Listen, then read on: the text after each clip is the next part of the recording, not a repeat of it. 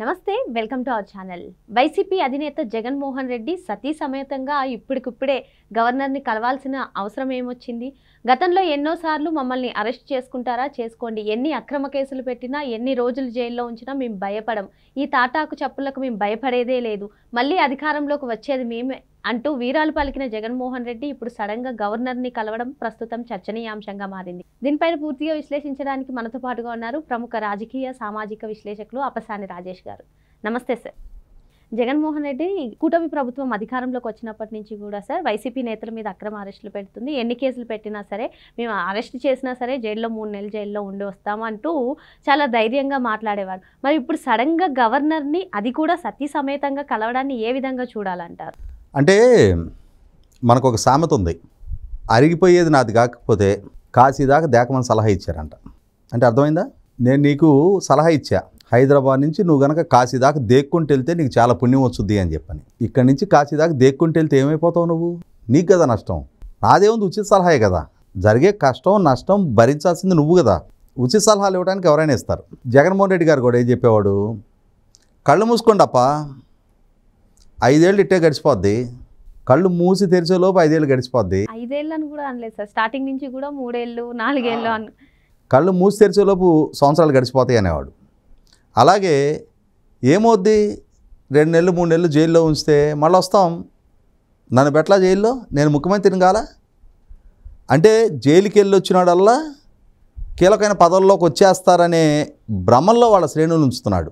అంటే ఏంటి, స్వాతంత్ర పోరాటంలో ఆ రోజు స్వాతంత్ర సమరయోధులు వాళ్ళు బ్రిటిష్ ప్రభుత్వాన్ని ధిక్కరించి జైలుకి వెళ్ళారు. వాళ్ళందరినీ ప్రజలు హారతలు పెట్టి స్వాతంత్రం సిద్ధించిన తర్వాత వాళ్ళందరికీ కీలకమైన పదవులు బాధ్యతలు అప్పచెప్పారు. అలాగే ఇందిరాగాంధీ గారి ఎమర్జెన్సీ రోజుల్లో నాటి ఎమర్జెన్సీకి వ్యతిరేకంగా పోరాటం చేసిన ప్రతిపక్ష నాయకులందరూ జైలుకి వెళ్ళారు. వాళ్ళందరూ కూడా తర్వాత రోజుల్లో ప్రజల చేత నీరాజనాలు అందుకొని చాలా ఉన్నతమైన స్థానాలకు చేరుకోగలిగారు.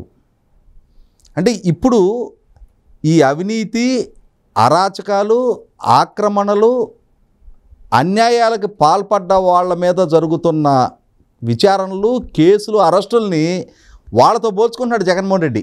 అంటే నాటి మొరార్జీ దేశాయ్ గారు, నాటి జార్జ్ ఫెర్నాండెస్ గారు, నాటి వాజ్పేయి గారు, అద్వానీ గారు, లేదు స్వాతంత్ర సమరయోధులు, వాళ్ళతో పాటు తన శ్రేణుల్ని కంపేర్ చేసి చెప్పుకుంటున్నాడు. ఏం కాదబ్బా, జైలుకి వెళ్తే మళ్ళీ మీకు ఉన్నత పదవులు దక్కుతాయి అని చెప్పని. ఇది శ్రేణులకి. ఇప్పుడు సమస్య తన దాకా వచ్చేటప్పటికి ఇక్కడ ఒక అంశం గుర్తు చేసుకోవాలి. సెప్టెంబర్ 9, 2023లో చంద్రబాబు నాయుడు గారు అరెస్ట్ జరిగింది. ఆయన అరెస్టుకి సరిగ్గా 3-4 రోజుల ముందు అనంతపురం జిల్లా పర్యటనలో చంద్రబాబు నాయుడు గారు బాహాటంగా చెప్పారు, నన్ను కూడా అరెస్టు చేయొచ్చు. అంటే ఆయన అరెస్టు జరగబోతుంది అనే సంకేతం ఆయనకు ఉంది. ఆయన ఏదైనా కోర్టుకి ముందస్తు బెయిల్ కోసం వెళ్ళాడా? గవర్నర్ గారినో ఇంకొకళ్ళని అప్రోచ్ అయ్యి సార్ నన్ను కొంచెం కాపాడని చెప్పని అడుక్కున్నాడా? కనీసం తన శ్రేణుల్ని ప్రజలను కూడా రెచ్చగొట్టలే ఆయన. పోలీసులను కూడా మీ బట్టలోడ తెస్తా అని చెప్పని బెదిరీలా. కానీ జగన్మోహన్ రెడ్డి గారు సామదాన భేద దండోపాయాలు ఎన్నుంటాన్ని ప్రయోగిస్తున్నాడు, బెదిరిస్తున్నాడు, ప్రాధేయపడుతున్నాడు. గవర్నర్ గారి దగ్గరికి వెళ్ళి ఏం మాట్లాడాడో బయటికి చెప్పకుండా అంతర్గతంగా సతీమణి సమేతంగా వెళ్ళి ఏం ప్రాధేయపడ్డాడో బయటికి చెప్పడం కాదు. ఇక్కడ ఒక అంశం గుర్తు చేసుకోవాల్సింది ఏంటంటే, బెంగళూరు నుంచి ఉత్తపుణ్యానికైతే ఆయన గవర్నర్ గారి దాకా రాడు. ఆయనకి ఏదో కీలక సమాచారం ఉంది, ముంచుకు రాబోతున్న సమస్యలు ఏదో ఆయనకి కళ్ళ ముందు కనిపిస్తూ ఉన్నాయి. ఆ సమస్య నుంచి బయటపడాలి అని అంటే గవర్నర్ గారి ద్వారా కేంద్ర ప్రభుత్వానికో కేంద్ర పెద్దలకు ఏ సందేశమో పంపించే ప్రయత్నం. అంటే సార్, కేంద్రంలో ఇప్పుడు లాబింగ్ చేయడానికి విజయసాయి రెడ్డి కూడా లేడు. చాలాసార్లు కూడా మిథున్ రెడ్డి, పెద్దిరెడ్డి రామచంద్రారెడ్డి ద్వారానే ఢిల్లీలో కూడా ఆయన మంతనాలు జరపడానికి చూశారు, అది కూడా కుదరలేదు, అందుకే ఇప్పుడు గవర్నర్ దగ్గరికి వెళ్ళారని కూడా అంటున్నారు సార్. మీరేమంటారు సార్? నేను అదే చెప్తున్నా. ఎందుకంటే గతంలో ఈఎస్ఎల్ నరసింహన్ గారు గవర్నర్గా ఉన్న రోజుల్లో ఆ రోజు రాజ్భవన్ని ఆయన ఇలాగే రాజకీయ బ్రోకరేజానికి వాడుకున్నాడు. ఆయన పార్టీల మధ్య సయోధ్యలకి, ప్రభుత్వాల మధ్య చిచ్చులకి తన అధికారాన్ని, తన పీఠాన్ని వాడుకున్నాడు ఆయన ఆ రోజున. కాబట్టి ఏంటంటే గవర్నర్ స్థానంలో ఉన్న వాళ్ళందరినీ జగన్మోహన్ రెడ్డి గారు అలాగే లెక్కేసుకుంటా ఉన్నాడు. కానీ ఇప్పుడు ఇక్కడ ఉంది సుప్రీంకోర్టు మాజీ న్యాయమూర్తి నజీర్ గారు. ఆయన జీవితకాలంలో ఇటువంటి వరుస క్రమంలో కేసులను ఎదుర్కొని ఉన్న, ఛార్జ్షీట్లు నమోదై ఉన్న, జైలు జీవిత నేపథ్యం ఉన్న, ఈ రోజుకి వేల కోట్ల రూపాయల అవినీతిలో మునిగి తేల్తా ఉన్న జగన్మోహన్ రెడ్డి గారు ఏంటో చాలా స్పష్టమైన అవగాహన ఉంది. కానీ రాష్ట్ర మాజీ ముఖ్యమంత్రిగా, ఓ రాజకీయ పార్టీ అధినేతగా, ప్రస్తుత శాసనసభ్యుడిగా ఆయన అపాయింట్మెంట్ అడిగినప్పుడు ఇచ్చి తీరాలి కాబట్టి అపాయింట్మెంట్ ఇచ్చారు. 100కి 100 పాళ్ళు సార్ 17A తరపున నాకు అనుమతి ఇస్తారేమో అరెస్ట్కి, దయచేసి నాకు అనుమతి ఇవ్వకండి అంటే ఈయన వైపు నుంచి చేసే అన్ని ప్రయత్నాలు చేస్తాడు, అందులో డౌటే లేదు. ఎందుకంటే గతంలో చూసాం మనం, ఎన్వి రమణ గారిని సుప్రీంకోర్టు చీఫ్ జస్టిస్ కాకుండా చేయాలి అని చెప్పని అప్పటి చీఫ్ జస్టిస్ గారికి లేఖలు రాశాడు.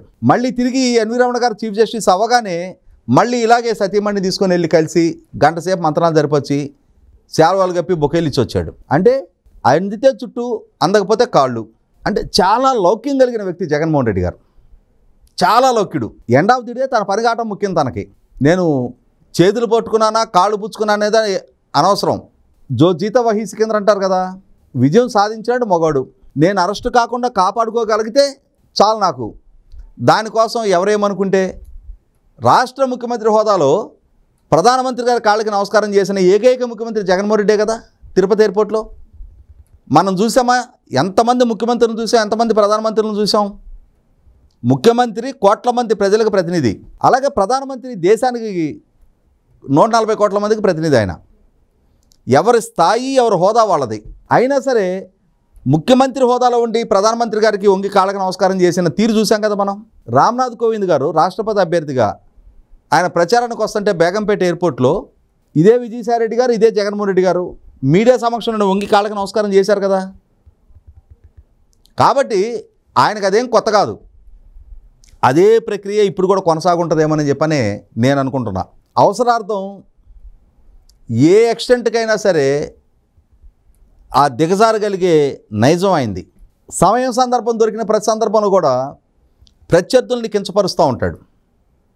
తనను తాను సింగిల్ సింహాన్ని అని చెప్పని తనకి తాను కీర్తించుకుంటూ ఉంటాడు. కానీ చంద్రబాబు నాయుడు గారు మరి చాలా సంవత్సరాలు ముఖ్యమంత్రిగా ఉన్నారు.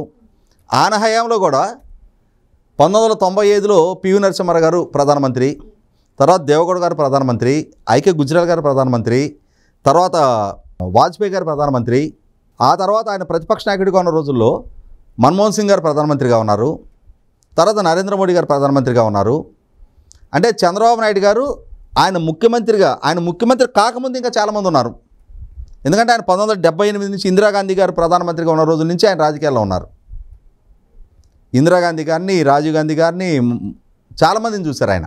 మరి ఈయన ఎప్పుడు మొక్కలేదే, మొక్కే నైజం జగన్మోహన్ రెడ్డి గారిది. కాబట్టి ఇక్కడ 100కి 100 పాళ్ళు కాళ్ల బేరం కోసమే గవర్నర్ గారిని కలిశారు, ప్రాధేయపట్టం కోసమే గవర్నర్ గారిని కలిశారు. ఈయన మీద ఉన్న ఆరోపణలు, జరుగుతున్న విచారణలు, వెల్లడవుతున్న సాక్ష్యాధారాలు ఇవన్నీ స్పష్టంగా కళ్ళ ముందు కనిపిస్తున్న దగ్గర ఇటువంటి వేడుకోళ్ళు, ఇటువంటి ప్రాధేయపట్టాలు, ఈ దేబ్రింపులు న్యాయమూర్తిగా పనిచేసిన నజీర్ గారి ఆయన జీవనకాలంలో ఎంతమందిని చూసుంటారు? ఆయన జడ్జి హోదాలో కేసు విచారణకి కూర్చున్న సందర్భంలో ఎంతమంది ముద్దాలు ఆయన ముందు ప్రవేశపెట్టబడి ఉంటారు? కాబట్టి జగన్మోహన్ రెడ్డి గారు ఆయన పని ఆయన చేస్తూ ఉన్నాడు. గవర్నర్ హోదాలో ఉన్న గౌరవ నజీర్ గారు దేన్ని ఎంతవరకు తీసుకోవాలో అంతవరకు టచ్ మీ నాట్ లాగా, అంటే వీటికి అతీతమైన రాజ్యాంగబద్ధ హోదాలో పదవులు ఆయన ఉన్నారు కాబట్టి, కలుస్తానన్నప్పుడు కాదనలేరు కాబట్టి ఆ స్థితప్రజ్ఞత ప్రదర్శించి వారు విని పంపించుంటారు. 100కి 100 పాళ్ళు జగన్మోహన్ రెడ్డిలో ఉన్న ఉలికిపాటు అంటారా, భయం అంటారా, ఆందోళన అంటారా, అవన్నిటినీ తనకు తాను వ్యక్తం చేసుకుంటా ఉన్నాడు. మరి మొత్తానికి జగన్మోహన్ రెడ్డి శైలి ఎప్పుడు కూడా అందితే జుట్టు లేదంటే కాళ్ళు అనే విధంగా ఉంటుందని, ఇప్పుడు గవర్నర్ని కలవడం కూడా ప్రాధేయపడడానికి అరెస్ట్ భయంతోనే కలిసి ఉండవచ్చు అని చెప్పి సార్ చెప్తున్నారు. మరో అంశంతో మళ్ళీ కలుద్దాం. Thank you sir.